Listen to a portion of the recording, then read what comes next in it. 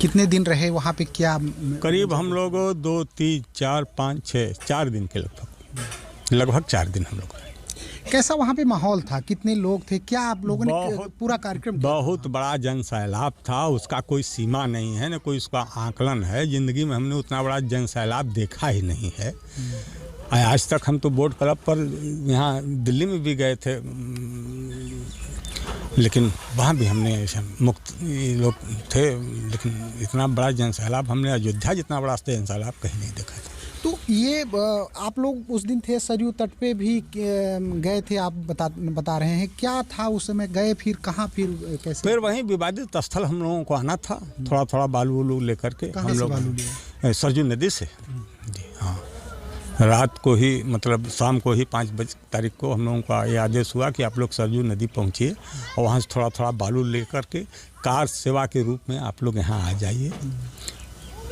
वहीं हम लोग पहुँचे। फिर कितने आंदोलनों में भाग लिया है राम मंदिर बने? हम तो चार बार वहाँ गए हैं। कब? एक बार गए थे 90 में, तो हमारी गिरफ्तारी यहाँ हुई आपके पाषाण विभाग का जो चौकी है नारायणपुर में, वहाँ हुआ। उसके बाद वहाँ से हमको अदलहाट थाने लाया गया और फिर वहाँ से हमको जब वहाँ दिन बीत गया पूरा, तो फिर शाम को हमको वहाँ से छोड़ दिया गया। तो अब मंदिर बन रहा है, आपको निमंत्रण भी मिला है? जी हाँ, मिला है। तो कह तो रहे हैं कि 22 के बाद हम जैसा हमारे लोगों को अपना वो लेंगे साधन उधन का फैसला, और 2, 4, 10 लोग, 5 लोग, 20 लोग, जो भी हमको जाना होगा। RSS लोगों से हमारी बात हुई है। तो इंतज़ार कर रहे हैं वहाँ पे जाने का? जी हाँ, तो इंतज़ार तो करना ही है, जाना ही है। जो मिशन है उसमें तो आदमी बराबर शामिल रहेगा। ये मिशन था आपके लिए कि भाई वहाँ पे हो? जी हाँ, मिशन क्या, पार्टी का जो संगठन का आदेश है वो तो एक कार्यकर्ता के लिए बहुत बड़ा मायने रखता है। हमारे देश में कुछ नेताओं ने राम मंदिर के विषय को धर्म के आधार पर बांटने की पूरी कोशिश की है, लेकिन हकीकत में यह विषय धर्म का नहीं बल्कि न्याय का था। और न्याय इस बात को लेकर होना था कि क्या भगवान राम को इस देश में उनकी ही जन्मभूमि वापस मिलेगी या नहीं मिलेगी। और इस यात्रा में शामिल रहे बहुत सारे मुसलमानों ने इस विषय को सिर्फ न्याय के रूप में ही देखा, धर्म के रूप में नहीं देखा। उदाहरण के लिए बाबरी मस्जिद का सर्वे करके वहां राम मंदिर के अवशेष खोजने वाले आर्कियोलॉजिस्ट मुसलमान हैं और उनका नाम है के मोहम्मद। इसी तरह राम मंदिर पर फैसले सुनाने वाली सुप्रीम कोर्ट की 5 जजों की बेंच में retired justice S Abdul Nazeer भी शामिल थे। और इससे आप ये समझ सकते हैं कि राम मंदिर का विषय धर्म का नहीं बल्कि न्याय का विषय था। और इस न्याय की यात्रा में भारत के इन मुसलमानों ने भी अपना पूरा कर्तव्य सच्चाई के साथ निभाया।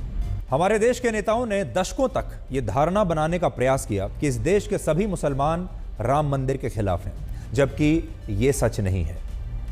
सच ये है कि इस देश का हर सच्चा और सेकुलर मुसलमान राम मंदिर के पक्ष में है। और इस बात को आप नूर आलम की कहानी से आज समझ पाएंगे। नूर आलम जिनकी जमीन राम मंदिर के पास है और वो 18 जनवरी से अपनी जमीन पर 20,000 राम भक्तों के लिए विशाल भंडारे का आयोजन करवा रहे हैं। और ये भी कह रहे हैं कि जब वो राम मंदिर को देखते हैं तो उनकी आंखों में आंसू आ जाते हैं।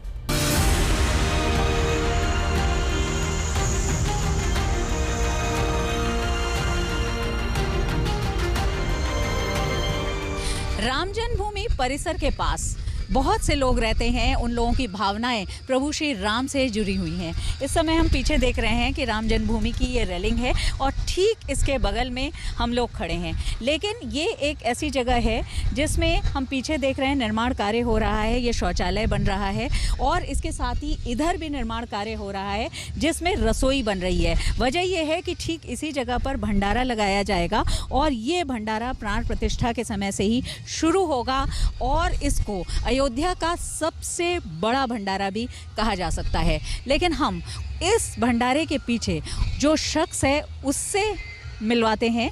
वो शख्स हैं नूर आलम। यूसुफ आरा मशीन एक है उनकी, उसके पास ही उससे जुड़ी हुई बल्कि उसी जगह पर ये भंडारा चलाया जाएगा। और ये अपने आप में एक ऐसी व्यवस्था है जिसको नूर आलम जी कहते हैं कि प्रभु श्री राम के प्रति उनकी भावना है। क्या आपको लगा कि प्रभु श्री राम आ रहे हैं तो उसमें आप भी अपनी तरफ से कुछ अर्पित करें? हमने ये सोचा कि अगर कोई इंसान कहीं बाहर जाता है, रास्ता भटक जाता है, उसको रास्ता अगर कहीं से लोग बता देते हैं तो उसका हृदय कितना खुश होता है। और यहाँ तो हमारे भगवान राम की जितने भी मेहमान आएंगे उनका भोजन बनेगा, तो उससे अच्छी बात क्या हो सकती है।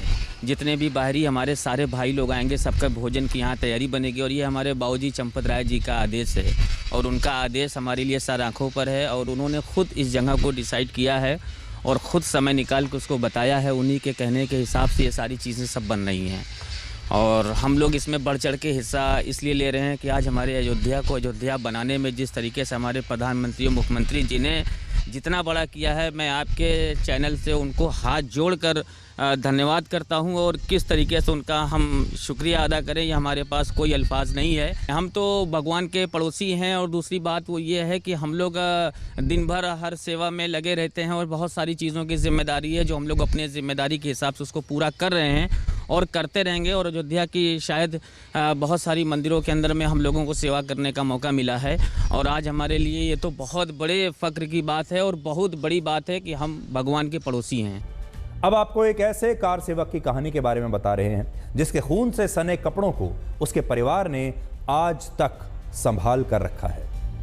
इस कार सेवक का नाम था राम अवतार, और ये भगवान श्री राम के बहुत बड़े भक्त थे, और अक्सर कहा करते थे कि एक न एक दिन अयोध्या में भगवान राम का वनवास जरूर समाप्त होगा।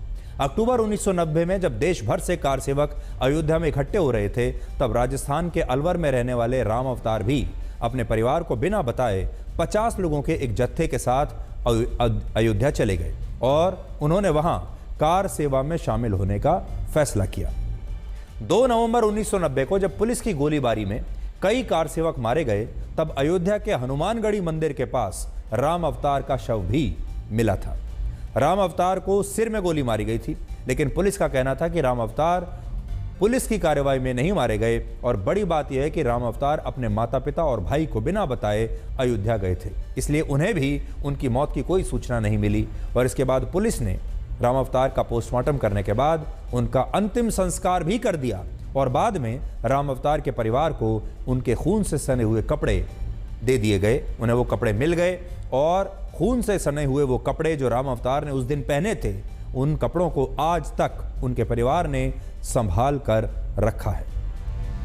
सोचिए, इस परिवार ने राम मंदिर की वजह से अपने बेटे का आखिरी बार चेहरा तक नहीं देखा, लेकिन इसके बावजूद आज राम मंदिर का निर्माण होने पर इस दिवंगत कार सेवा का परिवार खुश है, और कहता है कि आज राम अवतार की आत्मा बहुत प्रसन्न होगी, और उसे भगवान राम का भव्य मंदिर देखकर बड़ी प्रसन्नता हो रही होगी।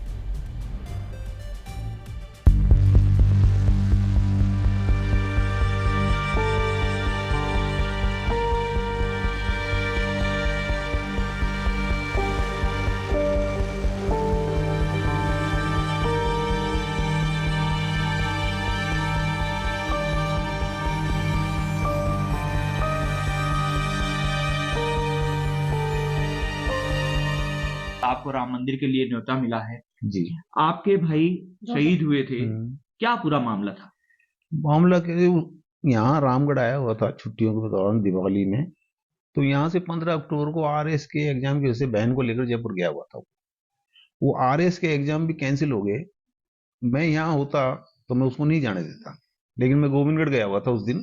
शाम को आया जब पता पड़ा कि दोनों बहन भाई जयपुर चले गए, इत्तेफाक से वो एग्जाम भी कैंसिल हो गया, और 25 अक्टूबर 90 को जयपुर से ही 50 व्यक्तियों के जत्थे के साथ वो वहां पर चला गया। उन जत्थे में 49 व्यक्ति वापस आ चुके थे, लेकिन वो 30, 31, 2 नवंबर तक भी वापस लौटकर नहीं आया। उसके पश्चात हमें अखबार के द्वारा सूचना मिली कि लाल कोठी पर जो रहते थे हम, तो वहां से यहाँ से ऐसे व्यक्ति गया, वो भी लापता है। करके हम वहां अयोध्या गए। अयोध्या जाकर हमें पता पड़ा, और वीडियो कैसेट्स जो थी उसको देखकर हम पहचान गए कि उसको गोली लगी है। कनपटी पर गोली लगी हुई थी, हैंडपंप चला रहा था, वो असुर गैस छोड़ी हुई थी, उसको रोकने के लिए पानी की व्यवस्था कर रहा था, लेकिन न मालूम किसने गोलियां चलाई, कैसे चली, उसको गोली लगी थी, उससे वो वहां पर मृत्यु हो गई थी। तो रामावतार जी की उस समय उम्र क्या थी? क्या वो उस समय शादी हो चुकी थी या क्या था? हाँ, उनकी उम्र उस वक्त 25 वर्ष की थी। एंगेजमेंट उनका हुआ नहीं था, शादी हमने की नहीं थी, और वो उनके साथ चले गए। उसका मेन कारण ये था, आरएसएस को बिलोंग करता था, वहां भी कोई नगर प्रचार क्या कुछ था, वो पता नहीं मुझे, तो इसलिए वो वहां चला गया साथ में। परिवार में उस समय जो पल रहा होगा, जवान बेटा उन्होंने खोया, वो तो खैर भरपाई आज तक नहीं हो पाती, लेकिन किस तरह के हालात उसके बाद, क्या परिस्थितियां रही? परिस्थितियां ये रही कि हमको सब बात का पता था, मुझे भी, छोटे भाई को भी, अन्य परिवार वालों को भी, लेकिन हमने हमारे पिताजी को ये बात उनको नहीं बताई 2 साल तक। हम उसको गुमराह करते थे इस बात को कि अभी वो हो सकता है आ जाएगा, हमने ये नहीं कहा। लेकिन अंत में उनको धीरे धीरे इस बात का भी पता पड़ गया। हमारे फादर का मतलब अभी देहांत हो चुका है, 1-1.5 महीने हुआ है। वो मतलब उस वक्त ऐसे हो गए थे, उनका वेट भी 15 किलो कम से कम हो गया था, इतना सदमा लगा था। हमारी मदर एक्सपायर हुई तब उतने कमजोर नहीं हुए जितने हमारा भाई गुजरा जब वो कमजोर हुए थे। के लिए वो एक बेटे के समान थे। मेरे इनसे बच्चे अच्छा थे, वो बच्चा मैंने ये पैदा करे, पर मेरे को दिल उसके ज्यादा है उसका अब तक भी। अब क्या लगता है कि उनको सम्मान मिला है, जो अगर आपको आज निमंत्रण मिला है, और जिस तरह वो की तो मेरे खुशी तो है ही, पर दुख भी कितना है कि वो आज 33 साल हो जाते, आजकल बच्चे हो जाते उसके, तो क्या करें, दुख तो है ही। बिल्कुल। जिस तरह की अभी जो चीजें हैं, आपने कहा कि आपके परिवार में आपने नहीं बताया, जो परिवार पर मुसीबत रही, ऐसा प्रतीत था कि कभी राम मंदिर बनेगा, क्योंकि जिस हालात उस समय थे, क्या लगता था ऐसा? ये तो कन्फर्म था मंदिर बन के रहेगा। ये लोगों के शहीद जो है, इनकी नाजायज शहीद पर नहीं जाएगा, किसी का व्यर्थ नहीं जाएगा बलिदान किसी का, ये तो कन्फर्म था। अब मंदिर बन चुका है, तो क्या सपना पूरा हो चुका है? हाँ पूरा हो गया, और क्या। बिल्कुल। कि जिस राम मंदिर के लिए आज पूरा देश 22 जनवरी को दिवाली मनाने की तैयारी कर रहा है, उस देश में एक जमाने में राम भक्त होना अपराध माना जाता था। और आज मैं आपके लिए एक दस्तावेज लेकर आया हूं, जिसे देखकर आप हैरान हो जाएंगे। आज मैं अपने हाथ में एक चालान की रसीद या प्रमाण पत्र लेकर आया हूं, एक प्रमाण पत्र लेकर आया हूं, जिसे अलीगढ़ की जेल के अधीक्षक ने वर्ष 1990 में जारी किया था। और इस प्रमाण पत्र पर जेल में रखे गए कार सेवकों का अपराध लिखा हुआ है, और उस अपराध का नाम था राम भक्ति। यह प्रमाण पत्र आप देख सकते हैं। यह प्रमाण पत्र आज मेरे पास भी है। यह देखिए, मैं आपको बड़ी स्क्रीन पर यह प्रमाण पत्र दिखाता हूं। देखिए आप, यह मैं आपके लिए लेकर आया हूं।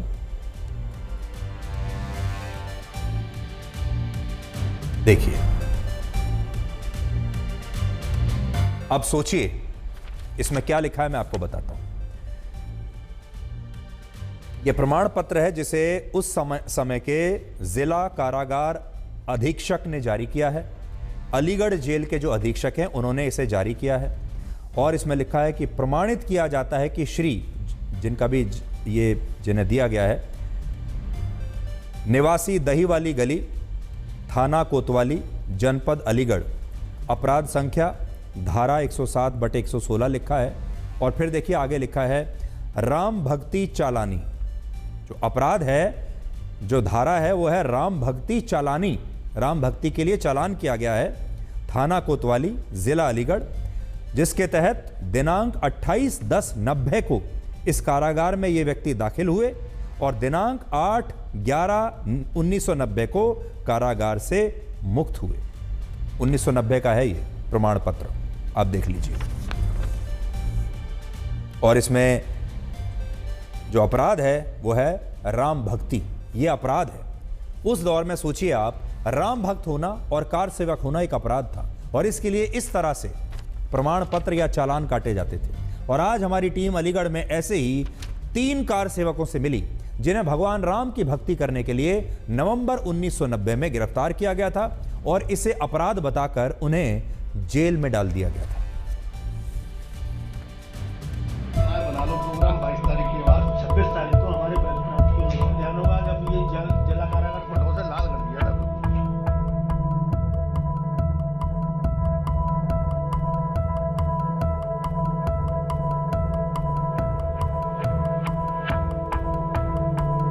ये वाकया है 28/10/2090 के आसपास का।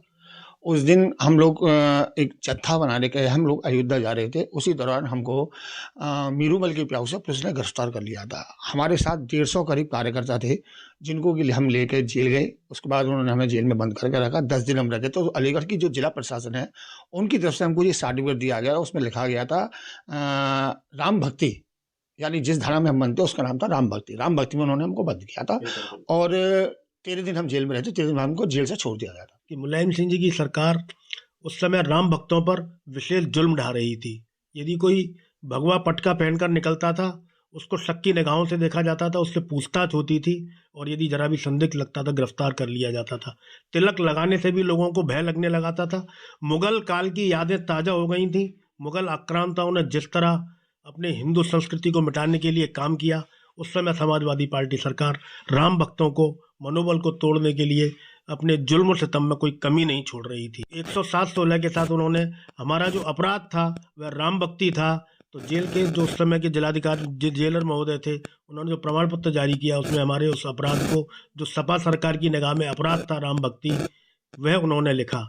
आज उस समय राम भक्ति को अपराध बताने वाले अपने आप को राम का भक्त बताते हैं, कृष्ण का भक्त बताते हैं। ये समय का परिवर्तन है। उस समय मुलायम सिंह पुलिस जो है वो पूरी, यूपी पुलिस नहीं, मुलायम सिंह पुलिस जो है उसने पूरी बुरी तरीके से मुझे पीटा और मुझे पीटे के बन्ना देवी थाने में ले गए और वहाँ ले जाके मेरे को एक दिन वहीं रखा और जो प्रताड़ना दे सकते थे वो दे के फिर उसके बाद शहर के लोगों ने कोशिश करके मेरा चालान करवा के मुझे जेल भेजा गया। और उस समय ये माहौल हो रहा था कि अगर कोई आदमी मंदिर भी जाता है तो पाप कर रहा है, ये समझ लो। और बहुत खुश हैं कि हमने राम मंदिर का काम किया, आज राम मंदिर का मंदिर बन रहा है तो हमें बहुत खुशी है।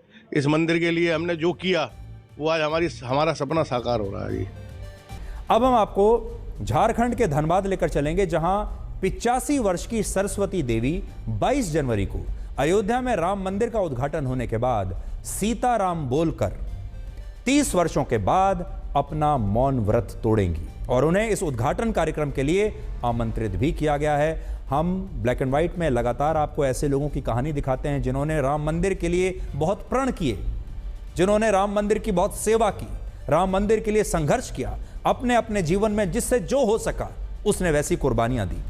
सरस्वती देवी ने 6 दिसंबर 1992 को यह प्रण लिया था कि जब तक अयोध्या में राम जन्मभूमि पर भगवान राम के भव्य मंदिर का निर्माण नहीं हो जाता तब तक वो मौन व्रत धारण करेंगी और इस दौरान भगवान राम की भक्ति में लीन रहेंगी, कभी कुछ बोलेंगी नहीं। और सरस्वती देवी ने 30 वर्षों तक भगवान राम के मंदिर के लिए ये मौन व्रत रखा और अब 22 जनवरी को वो राम मंदिर का जब उद्घाटन होगा तब उन्होंने सीताराम कहकर 30 वर्षों के बाद अयोध्या में ही अपना मौन व्रत तोड़ने की घोषणा की है और लोगों को लिखकर उन्होंने ये बताया कि मैं 22 तारीख को राम मंदिर के उद्घाटन के बाद अपना मौन व्रत तोड़ूंगी और जो पहला शब्द वो कहेंगे अपने मुंह से वो होगा सीताराम।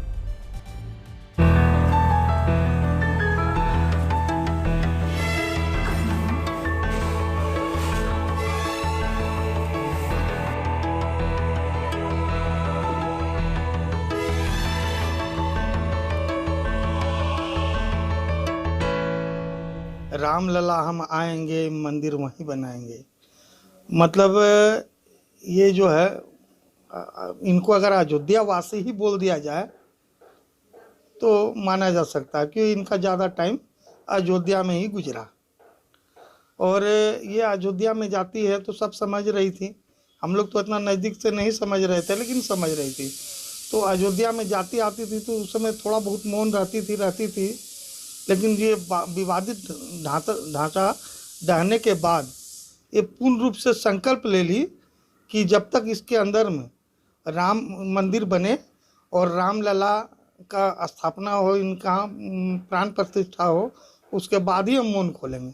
उसके बीच में बहुत सा फंक्शन हुआ, बहुत सा जैसे कोर्ट का जजमेंट आया, शिलान्यास हुआ, सब टाइम में हम लोगों ने बहुत पुशिंग किया कि नहीं अब तो मंदिर तो बनना ही बनना है, अब आप मौन खोल लीजिए। बोले नहीं, हमको कोई पे विश्वास नहीं है, जब तक मंदिर नहीं बन जाए और हम रामलला को न देखें तब तक जो है अपना मौन नहीं खोलेंगे। बस श्री राम जी की कृपा से और मोदी जी की और योगी जी की कृपा से अब मंदिर बन रहा है और ये 22 तारीख को अपना लगता है कि मुंह खोल देगी। हम लोगों के पास निमंत्रण आया कि मम्मी को अपनी खाली भेज देना और कोई को नहीं आना, क्योंकि वहाँ पर बहुत भीड़ है। तो हम लोगों की इच्छा है कि हम लोग भी अयोध्या जाएं, लेकिन उपाय नहीं लग रही। तो अब 22 जनवरी 2024 को वहाँ पे मूर्ति का अनावरण है, तो वहाँ पे जब मुंह खोलेंगे तो क्या नाम लेंगे? सबसे पहला वर्ड क्या होगा? पहला वर्ड इनका कहना है कि सीताराम सीताराम बोलेंगे। काफ़ी आप लोगों को भी खुशी है? हाँ, खूब खुशी है, खूब खूब। लेकिन हम लोग चाहेंगे कि रिक्वेस्ट करेंगे योगी जी से हम लोग को भी बुलवाए। रामलला का यहाँ आप लोगों को भी जाने का शौक? हाँ, हम लोगों को भी शौक है। और वर्ष 1990 में जब देश भर से कार सेवक अयोध्या में इकट्ठे हो रहे थे, तब प्रोफेसर महेंद्र नाथ अरोड़ा ने अपनी पत्नी से कहा कि भगवान राम ने उन्हें कार सेवा करने के लिए अयोध्या बुलाया है और वो जाना चाहते हैं। उस समय महेंद्र नाथ अरोड़ा 55 वर्ष के थे और वो बहुत संघर्ष करके जोधपुर से किसी तरह अयोध्या पहुंचे और इस यात्रा में वो भूख प्यास सारी परेशानियां सब कुछ भूल गए। प्रोफेसर महेंद्र नाथ अरोड़ा के साथ जत्थे में कुछ और कार सेवक भी थे जिन्होंने कर्फ्यू के बीच अयोध्या पहुंचने का प्रण लिया था और ये तमाम कार सेवक अपनी यात्रा के दौरान एक विशेष नारा लगाया करते थे और वो नारा था, प्राण जाए पर प्रण न जाए।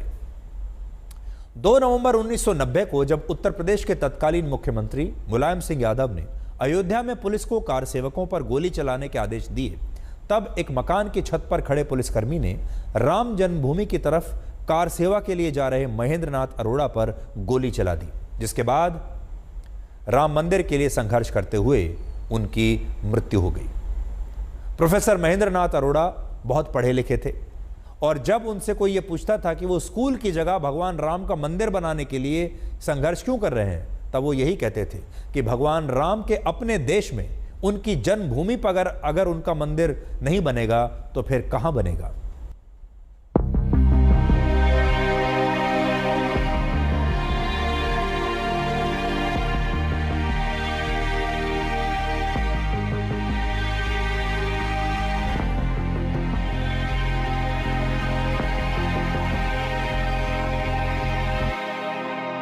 वीरा जी, जिस तरीके से आपके पिताजी ने कार सेवक के रूप में प्राणों की आहुति दी थी, वो पूरा क्या था और उसमें आपकी उम्र क्या थी, क्या देखा, क्या सुना आपने?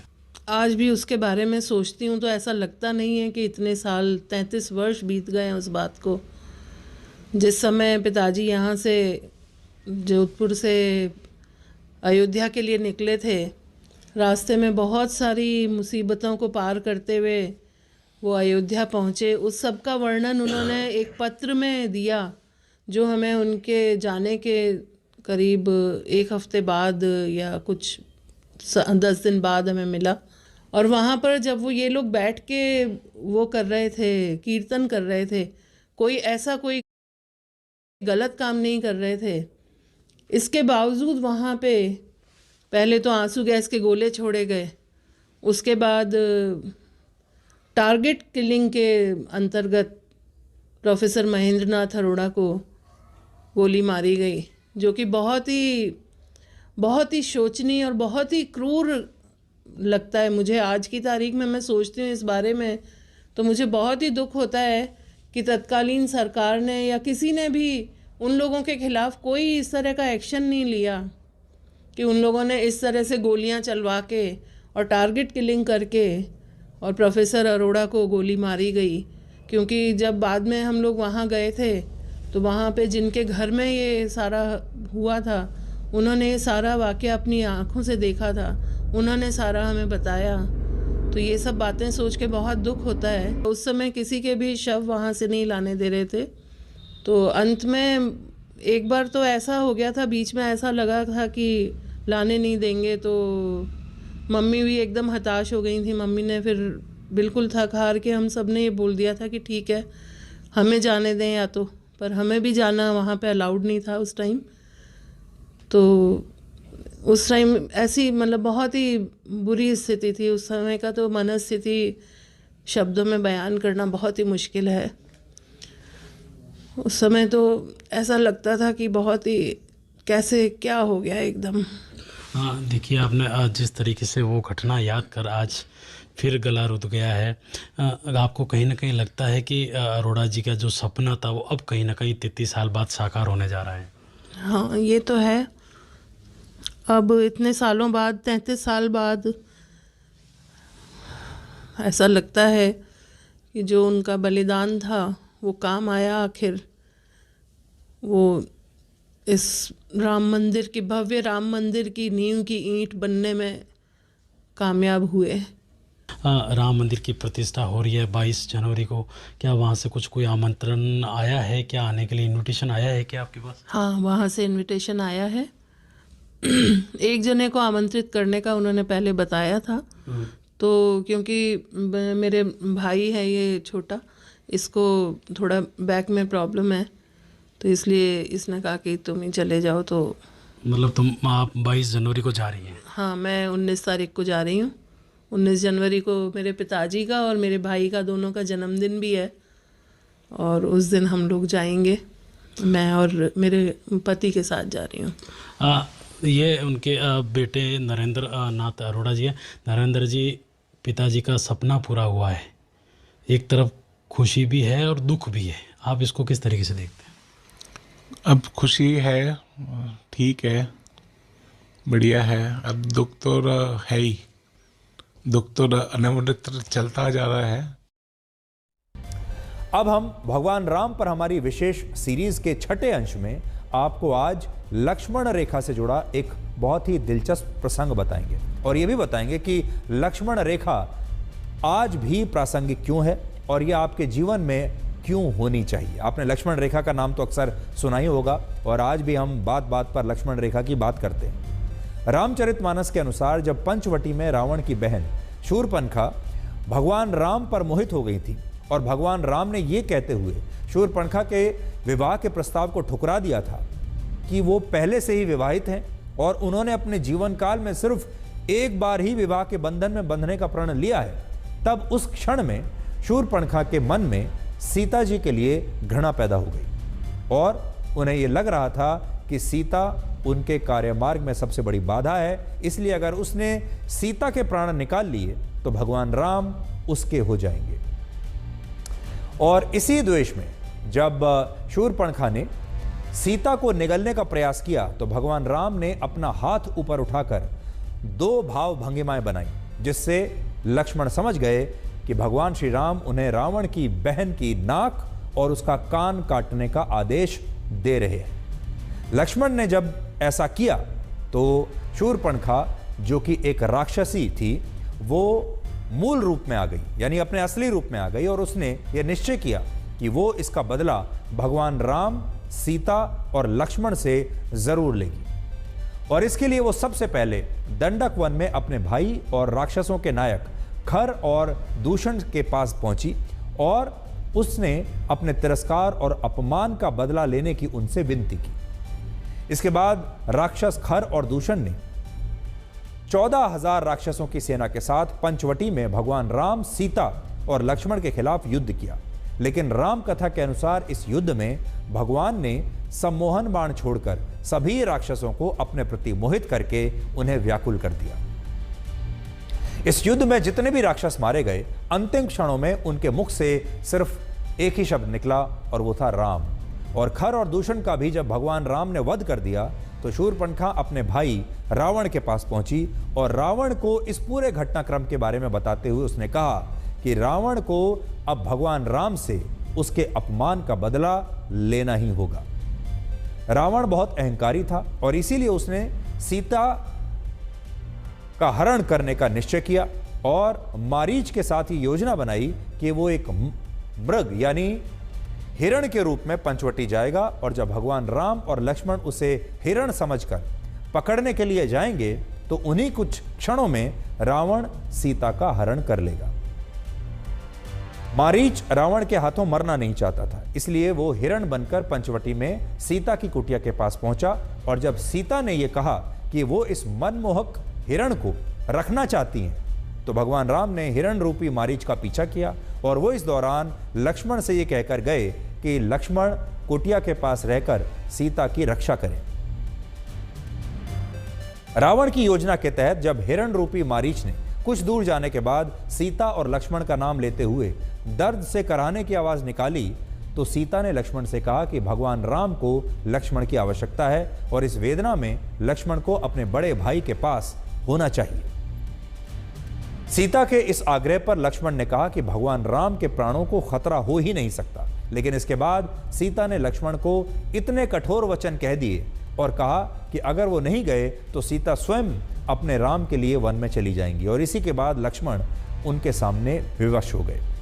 लेकिन लक्ष्मण ने वहां जाने से पहले कुटिया के चारों ओर रेखा बनाई जो सीता की रक्षा के लिए था, और इसी रेखा को लक्ष्मण रेखा कहा गया। इस लक्ष्मण रेखा का जिक्र रामायण और रामचरितमानस में नहीं मिलता, लेकिन राम कथा में लक्ष्मण द्वारा चारों दिशाओं से की गई प्रार्थना को लक्ष्मण रेखा बताया गया है। इसके मुताबिक लक्ष्मण जब भगवान राम के पीछे वन में गए तो रावण एक साधु का रूप धारण करके सीता से भिक्षा लेने के लिए, और सीता को रावण ने यह कहकर विवश किया कि वो न तो इस लक्ष्मण रेखा को पार करेगा और न ही इस रेखा के दूसरी ओर से दी गई भिक्षा को स्वीकार करेगा। रावण ने साधु के रूप में ऐसी भाव भंगिमाएं बनाई कि सीता लक्ष्मण द्वारा बनाई गई रेखा के बाहर आकर उसे भिक्षा देने के लिए तैयार हो गई, और इसी के बाद रावण ने सीता का हरण कर लिया और उन्हें वो भगवान राम और लक्ष्मण की गैर मौजूदगी में बंधक बनाकर अपने साथ लंका ले गया। आजकल के ज़माने में जब ज़्यादातर युवाओं को अपने माता पिता और परिवार द्वारा बनाई गई लक्ष्मण रेखा अच्छी नहीं लगती और वो इन्हें अपने लिए एक तरह की बंदिश मानते हैं, तब इस प्रसंग से आप ये सीख सकते हैं कि जीवन में ऐसी रेखाओं का होना बहुत ज़रूरी होता है और ये आपके हित में ही होती हैं। आज के ज़माने में अगर आप कहें तो ये मर्यादाओं की लक्ष्मण रेखा हैं जिन्हें आपको कभी भी लांघना नहीं चाहिए। अभी बहुत सारे लोग ऐसा सोचते हैं कि रावण में भी काफ़ी मर्यादा थी और वो काफ़ी चरित्रवान व्यक्ति था, इसलिए उसने कभी भी सीता जी को छूने की कोशिश नहीं की, लेकिन ये सच नहीं है। सच्चाई कुछ और है। रामायण के उत्तरकांड में रंभा का उल्लेख किया गया है जो स्वर्ग की अप्सरा थी और जिन्होंने स्वयं को नल कुबेर के प्रति समर्पित किया हुआ था। नल कुबेर रावण के भाई और धन के देवता कुबेर के पुत्र थे और इस रिश्ते से रंभा रावण की एक तरह से पुत्र वधू थी। लेकिन एक बार जब रावण अपनी सेना के साथ स्वर्गलोक को जीतने के लिए आया तो उसकी दृष्टि रंभा पर पड़ी और वो रंभा पर इस कदर मोहित हो गया कि उसने सारी मर्यादाओं को तोड़ दिया। रामायण के अनुसार रावण ने यह जानते हुए रंभा के साथ दुष्कर्म किया कि वो उसकी पुत्रवधू है, और जब रंभा ने इस घटना के बारे में नल कुबेर को बताया तो नल कुबेर ने रावण को एक श्राप दिया जिसका उल्लेख उत्तरकांड में मिलता है। नल कुबेर ने श्राप दिया कि आज के बाद अगर रावण ने किसी पराई स्त्री को बिना उसकी सहमति के स्पर्श किया तो उसके सिर के टुकड़े टुकड़े हो जाएंगे। और इसी श्राप की वजह से रावण सीता जी को लंका लाने के बाद भी कभी उन्हें छूने की हिम्मत नहीं कर पाया, क्योंकि वो जानता था कि उसे ये श्राप मिला हुआ है और उसका विनाश निश्चित होगा। यानी रावण एक ऐसा राक्षस था जो स्त्रियों का अपहरण करने के बाद उनके साथ दुष्कर्म करता था और उसने अपनी पुत्रवधू पर भी बुरी दृष्टि डाली। इसलिए जो लोग अज्ञानतावश शायद रावण को यह सोचकर अच्छा साबित करने की कोशिश करते हैं, चरित्रवान बताने की कोशिश करते हैं कि उसने मर्यादाओं की वजह से कभी सीता जी को छूने की कोशिश नहीं की, उन्हें हम ये बताना चाहते हैं कि रावण वो दुराचारी था जो स्त्रियों का सम्मान कभी नहीं करता था और बलपूर्वक उनसे अपनी बात मनवाता था। रामचरितमानस में सीता के स्वयंवर का जो उल्लेख किया गया है उसमें एक अलौकिक और शक्तिशाली धनुष का वर्णन है जो शिवजी का धनुष था और जिसे देवताओं ने प्रसन्न होकर मिथिला के राजा देवव्रत को एक यज्ञ के बाद भेंट के रूप में दिया था। मिथिला के राजा जनक राजा देवव्रत के ही वंश से थे, उनके वंशज थे, और सीता जी मिथिला के राजा जनक की पुत्री थी जो उन्हें खेत में हल से जोती गई भूमि से प्राप्त हुई थी और इसी वजह से उनका नाम सीता रखा गया, क्योंकि हल द्वारा खींची गई रेखा को सीता कहते हैं, इसलिए उनका नाम सीता है। राम कथा के अनुसार राजा जनक के पास जो अलौकिक धनुष था उसे कोई दिव्य पुरुष ही उठा सकता था, जो अहंकार, विद्वेष और सारी बुराइयों से परे हो, ऐसा व्यक्ति, ऐसा पुरुष। और इसलिए उन्होंने ये निश्चय किया कि सीता का विवाह किसी ऐसे दिव्य पुरुष के साथ ही होगा जो इस धनुष को उठाकर उसकी प्रत्यंचा को चढ़ा पाए। इसके लिए सीता का स्वयंवर हुआ, जिसमें बड़े बड़े शक्तिशाली राजा और बड़े बड़े लोग आए, लेकिन इनमें से कोई भी इस धनुष को हिला तक नहीं पाया। और इसके बाद इन राजाओं को राजा जनक के दरबार से अपमानित होकर बाहर जाना पड़ा। इस दौरान भगवान राम और लक्ष्मण अपने गुरु विश्वामित्र के साथ राजा जनक के यहाँ होने वाले एक यज्ञ में शामिल होने के लिए आए थे। और भगवान राम ने यह सोचा भी नहीं था कि वो इस स्वयंवर में हिस्सा लेंगे। लेकिन जब गुरु विश्वामित्र ने उन्हें यह कहा कि वो जाकर इस धनुष को उठाकर इसकी प्रत्यंचा को चढ़ाएं, तो भगवान राम ने उनकी आज्ञा पर ऐसा करने का फैसला किया। भगवान राम ने एक ही क्षण में बहुत ही आसानी से इस धनुष को उठा लिया और इसकी प्रत्यंचा को भी चढ़ाकर इस धनुष को 2 हिस्सों में तोड़ दिया। जिसके बाद राजा जनक ने यह घोषणा की कि भगवान राम सीता के लिए ही बने हैं और सीता का विवाह उन्हीं के साथ होगा। दार्शनिक रूप से समझें तो धनुष को अहंकार का प्रतीक माना जाता है, और जब तक किसी के अंदर अहंकार रहता है तब तक वो किसी के साथ अपना जीवन नहीं बिता सकता। और इसीलिए भगवान श्री राम ने इस प्रसंग से ये सीख दी कि अहंकार को तोड़कर ही वैवाहिक जीवन में प्रवेश करना चाहिए और पति पत्नी के बीच अहंकार कभी नहीं होना चाहिए। यहाँ एक और जानकारी ये है कि भगवान राम ने सीता से विवाह अपने माता पिता की आज्ञा के बाद ही किया। स्वयंवर में विजयी होने के बाद भगवान श्री राम ने कहा कि जब तक उनके पिता राजा दशरथ और उनकी मां कौशल्या सीता से उनके विवाह के लिए अपनी सहमति नहीं देंगे, तब तक वो ये विवाह नहीं कर सकते। और इससे आप आज ये समझ पाएंगे कि हमारे देश में माता पिता की आज्ञा से विवाह करने की परंपरा रामायण काल से चली आ रही है, और भगवान राम ने भी ऐसा ही किया था। भगवान राम के परम भक्त हनुमान जी को संकट मोचक क्यों कहा जाता है? रामायण के अनुसार जब वानरों की सेना सीता जी की खोज करते हुए थक चुकी थी और सीता जी के बारे में कहीं से कोई सूचना नहीं मिल रही थी, तब उनकी भेंट संपाति से हुई। संपाति जटायु के गरुड़ भाई थे और उन्होंने ही वानरों की सेना को यह बताया था कि रावण ने त्रिकूट पर्वत पर स्थित अपनी लंका में सीता जी को बंधक बनाकर रखा हुआ है। इस सूचना से निराश हो चुकी वानरों की सेना पल भर में ही उत्साहित हो गई और हर कोई ये कहने लगा कि वो लंका जाकर सीता जी से भेंट करेगा। लेकिन इसी क्षण संपाति ने यह भी बताया कि लंका पहुंचने का सामर्थ्य उसी वानर में होगा जो 100 योजन की दूरी तक छलांग लगाकर समुद्र को एक बार में ही पार कर पाएगा। इस पर विकट ने कहा कि वो ज्यादा से ज्यादा 20 योजन लंबी छलांग ही लगा सकते हैं, जबकि नील ने कहा कि वो अत्यधिक 40 योजन लंबी छलांग ही लगा पाने में सक्षम है, और दुर्धर ने कहा कि वो 50 योजन लंबी छलांग लगा सकते हैं, और नल ने कहा कि वो भी ज्यादा से ज्यादा 60 योजन लंबी छलांग ही लगा पाएंगे, और इसलिए वो समुद्र को पार करने में असमर्थ हैं। इसके बाद राजकुमार अंगद ने भी अपनी विवशता दिखाई और कहा कि वो 100 योजन की लंबी छलांग लगाकर समुद्र को तो पार कर लेंगे, लेकिन इसके बाद उनमें ज्यादा शक्ति नहीं बचेगी और वो शायद इसके बाद वहां से वापस नहीं लौट पाएंगे। इस विवशता से ऐसा लग रहा था कि सीता जी की खोज में समुद्र को पार करना असंभव है। लेकिन इसी क्षण हनुमान जी संकट मोचन बनकर आए और अंगद ने उनसे कहा कि हे पवन पुत्र हनुमान, आप समुद्र को पार करके सीता जी की खोज करने क्यों नहीं जाते? इस पर हनुमान जी ने कहा कि वो अवश्य ऐसा करेंगे, और इसी के बाद हनुमान जी सीता जी की खोज में समुद्र को पार करके लंका पहुंचे और लंका की अशोक वाटिका में उनकी भेंट सीता जी से हुई।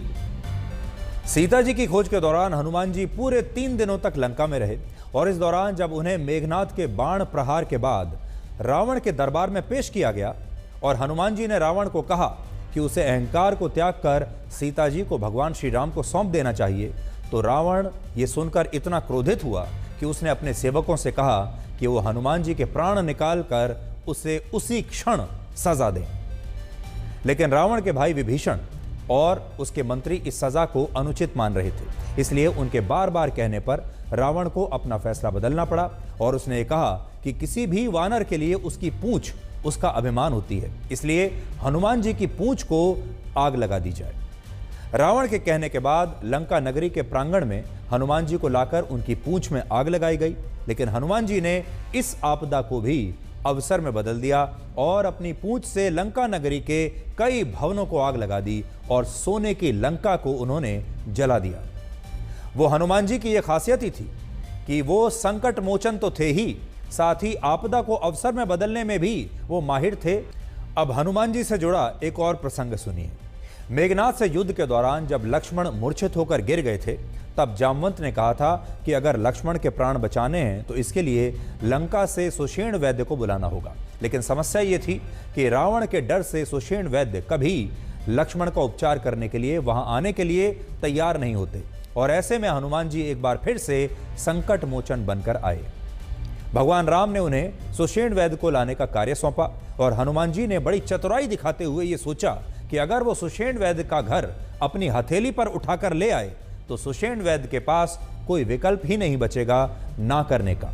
और बाद में हनुमान जी ने बिल्कुल ऐसा ही किया, और सुषेण वैद्य जब अपने घर से बाहर निकले तो उन्होंने ये देखा कि हनुमान जी उनका पूरा घर ही उठाकर भगवान राम और लक्ष्मण के पास ले आए हैं।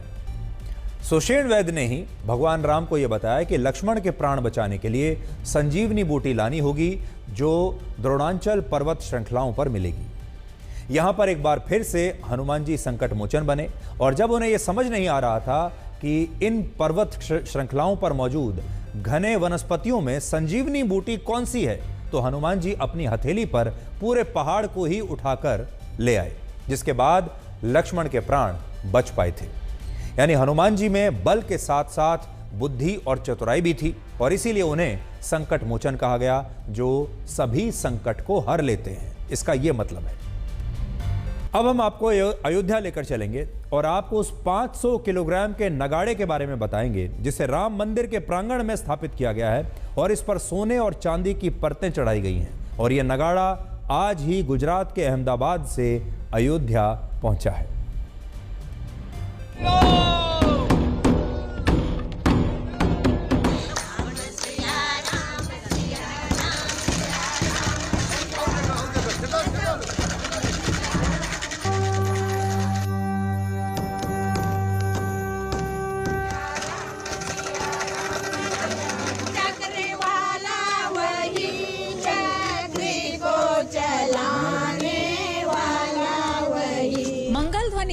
दसों दिशाएं गूंज उठेंगी जब रामलला की प्राण प्रतिष्ठा होगी। लेकिन प्राण प्रतिष्ठा को लेकर के भक्तों में किस तरह से उत्साह है वो अयोध्या में दिखाई पड़ रहा है। पर इस बीच कुछ ऐसे लोग हैं जो अपने उपहार ला रहे हैं, ये उनकी भावनाएं हैं रामलला के लिए। ऐसा ही है ये विशाल भव्य नगाड़ा। ये नगाड़ा 500 किलो का बताया जा रहा है, और यहाँ पर इसको ला करके रखा गया है। इसको मंदिर के परिसर में लगाया जाएगा ऐसा बताया जा रहा है। दगबगर समाज के लोग इसको लाएं। क्या इसकी खास बात है? इस नगाड़े की क्या विशेषता है? इसकी खासियत यह है कि यह नगाड़ा जो हमने तैयार किया है ये 500 केजीज का है। दूसरा कि इसके ऊपर जो लेदर डाला हुआ है, ये लेदर कई सालों तक खराब नहीं होएगा, ऐसा हमने पेंट करवाया हुआ है। हमने ये जो रथ तैयार किया है, ये रथ 800 केजीज का बनाया। इसके अंदर हमने 4 पहिए जो डाले हुए वो 4 व्हीलर गाड़ी के डाले। दूसरी बात कि इसको आगे पीछे करने के लिए हमने स्टीयरिंग भी डाला हुआ, जो पावर स्टीयरिंग है। तो अब आपको उम्मीद है ये नगाड़ा जब बजेगा तो राम भक्तों को दूर दूर से आवाज सुनाई पड़ेगी? हाँ, इस नगाड़े को हमने बनाया ही इसी तरह से कि तकरीबन ये अगर मंदिर में बजेगा तो 1 किलोमीटर दूर तक इसकी आवाज रहेगी। आज जब हमारे देश के नेता राम मंदिर के उद्घाटन पर भी राजनीति कर रहे हैं, तब इन तस्वीरों से आप ये समझ पाएंगे कि भारत के लोग किस कदर भगवान राम की भक्ति में डूबे हुए हैं और इस मंदिर को लेकर कितने उत्साहित हैं। ये तस्वीरें अहमदाबाद से अयोध्या जाने वाली पहली फ्लाइट की हैं, जिसमें यात्रा करने वाले लोग भगवान श्री राम, लक्ष्मण, सीता जी और हनुमान जी के रूप में आपको नजर आ रहे हैं, और जय श्री राम के नारे ये लोग लगाते हुए एयरपोर्ट से जा रहे थे। मैं दिलनवाज आपका गेट मैनेजर हूँ।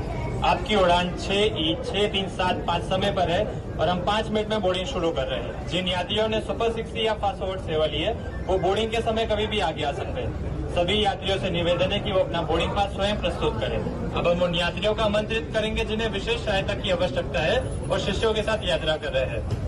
मेरा नाम दिलनवाज है और किसी भी प्रकार की सहायता के लिए आपकी सेवा में उपस्थित हूँ। इंडिगो का चयन करने के लिए धन्यवाद। जय श्री राम, जय श्री राम, जय जय श्री राम, जय जय श्री राम।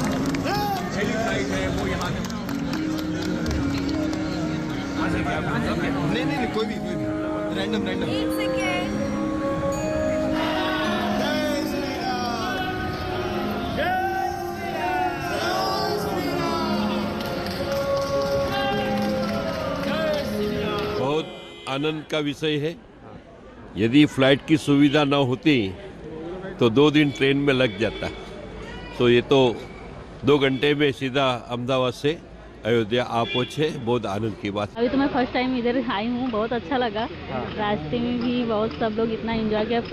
6वीं बार है लेकिन इतना अच्छा लगा इस बार कि अगर राम और लक्ष्मण नहीं होते तो आज लक्षद्वीप भारत का नहीं बल्कि पाकिस्तान का हिस्सा होता। यहां राम का मतलब है रामास्वामी मुदलियार और लक्ष्मण का मतलब है लक्ष्मण स्वामी मुदलियार। और ये दोनों भाई थे जिन्होंने लक्षद्वीप में पहली बार तिरंगा फहराया था। ये हैं लक्षद्वीप के राम और लक्ष्मण। वर्ष 1947 में विभाजन के बाद हैदराबाद, जूनागढ़ और जम्मू कश्मीर के अलावा लक्षद्वीप को लेकर भी भारत और पाकिस्तान के बीच गतिरोध बना हुआ था। मोहम्मद अली जिन्ना का मानना था कि लक्षद्वीप में बहुसंख्यक आबादी मुसलमानों की है, इसलिए लक्षद्वीप पाकिस्तान को मिलना चाहिए।